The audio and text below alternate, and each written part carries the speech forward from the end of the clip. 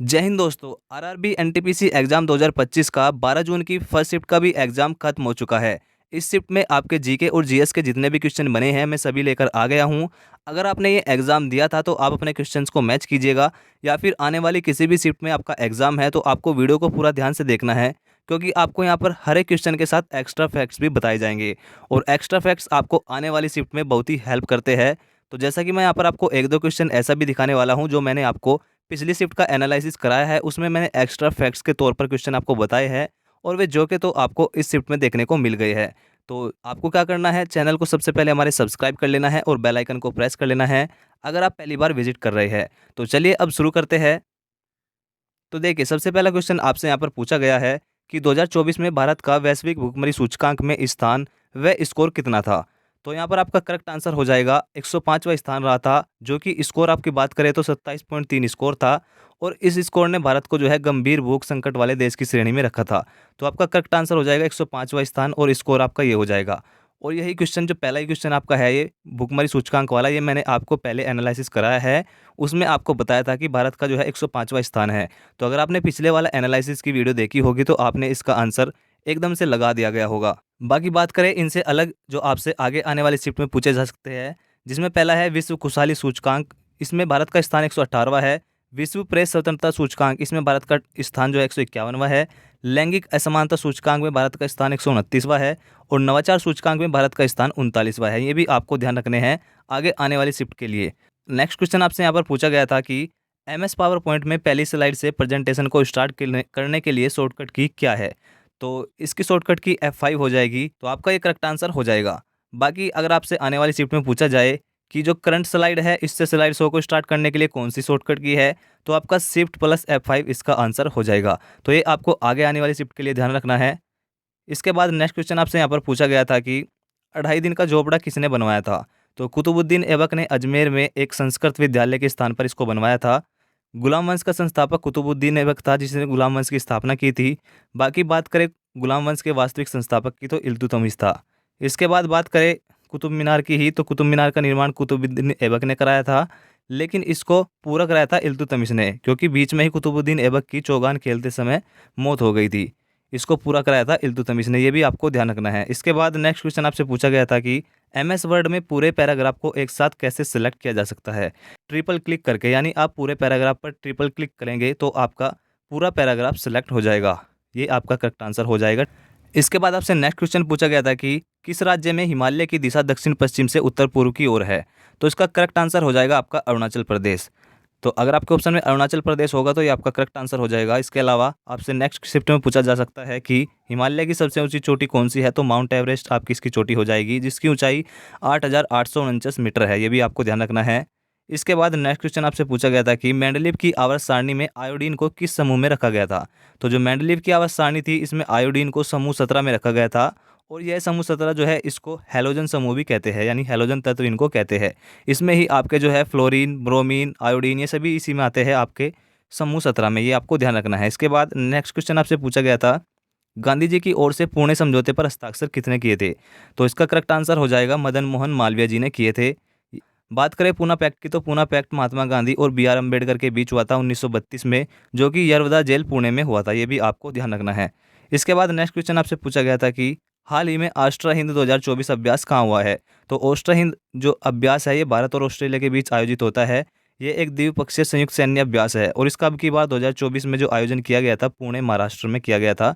ये आपका correct answer हो जाएगा। इसके बाद नेक्स्ट क्वेश्चन आपसे यहाँ पर पूछा गया था कि 103वां संविधान संशोधन का संबंध किससे है। तो 103वें संविधान संशोधन में आपको ईडब्ल्यूएस को 10% आरक्षण है, यानी आर्थिक रूप से जो कमजोर वर्ग है उनको 10% आरक्षण दिया गया है। बात करें इनसे इनके अलावा जो आपसे आगे आने वाली शिफ्ट में पूछे जा सकते हैं, जिसमें पहला है 100वां संविधान संशोधन, भारत और बांग्लादेश के बीच 3 बीघा कॉरिडोर है। इसके अलावा 101वां संविधान संशोधन है जो जीएसटी से संबंधित है। 102वां संविधान संशोधन, ओबीसी को संवैधानिक दर्जा दिया गया। 103वां संविधान संशोधन जो मैंने आपको अभी बताया है, आपके एग्जाम में आया था कि ईडब्ल्यूएस को 10% आरक्षण। 104वां संविधान संशोधन, एससी और एसटी को जो आरक्षण है वो 10 वर्ष बढ़ाया गया और लोकसभा में 2 और राज्यसभा में जो एक एंग्लो इंडियन की जो सीटें थी उनको भी समाप्त कर दिया गया था 104वें संविधान संशोधन के द्वारा। इसके बाद 2 और संविधान संशोधन है जिसमें 105वां संविधान संशोधन है। इसमें बताया गया है कि राज्य तय करेगा कि ओबीसी में कौन कौन सी जातियाँ आएगी। 106वां संविधान संशोधन, इसमें बताया गया है कि नारी शक्ति वंदन अधिनियम, महिलाओं को लोकसभा और राज्य विधानसभाओं में 33% आरक्षण है। तो ये सभी आपको संविधान संशोधन भी याद रखने हैं, क्योंकि यहीं से आपके क्वेश्चन बन रहे हैं। इसके बाद नेक्स्ट क्वेश्चन आपसे यहाँ पर पूछा गया था कि कुएं से पानी भरते समय भेदभाव नहीं करना कौन से अनुच्छेद के अंतर्गत आता है। तो ये आपका अनुच्छेद 15(2) के तहत है। यानी अनुच्छेद 15(2) में क्या कहा गया है कि धर्म, जाति, लिंग और जन्मस्थान के आधार पर भेदभाव को प्रतिबंध किया गया है। तो अनुच्छेद 15(2) इसका आपका करेक्ट आंसर हो जाएगा। बात करें इनकी, तो ये मौलिक अधिकार है और मौलिक अधिकार आपके संविधान के भाग 3 में है, जिसमें आपके कुल 6 प्रकार के मौलिक अधिकार है। जिसमें पहला है समानता का अधिकार, अनुच्छेद 14 से 18, स्वतंत्रता का अधिकार अनुच्छेद 19 से 22, धार्मिक स्वतंत्रता का अधिकार अनुच्छेद 25 से 28, सांस्कृतिक और शैक्षिक अधिकार आपका अनुच्छेद 29-30 और संवैधानिक उपचारों का अधिकार अनुच्छेद 32।